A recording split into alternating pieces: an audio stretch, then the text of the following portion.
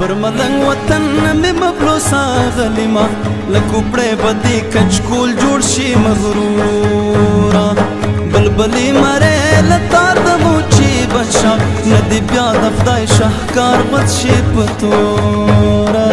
دا جنت وطن لجنګ په امان کی چې پتن یې د جام د خدای لنورا د بارود سودا ګرځالا تر بکړي دنیا خلاص کړي لدی بد تر پورا دنیا خلاص کړي لدی بد تر پورا افغانان مو غلامان د هیچا مکړي دا وزر وانخلي رب لپاتورا خدایا مس خدای مینه کدا خلک چې پتا باندې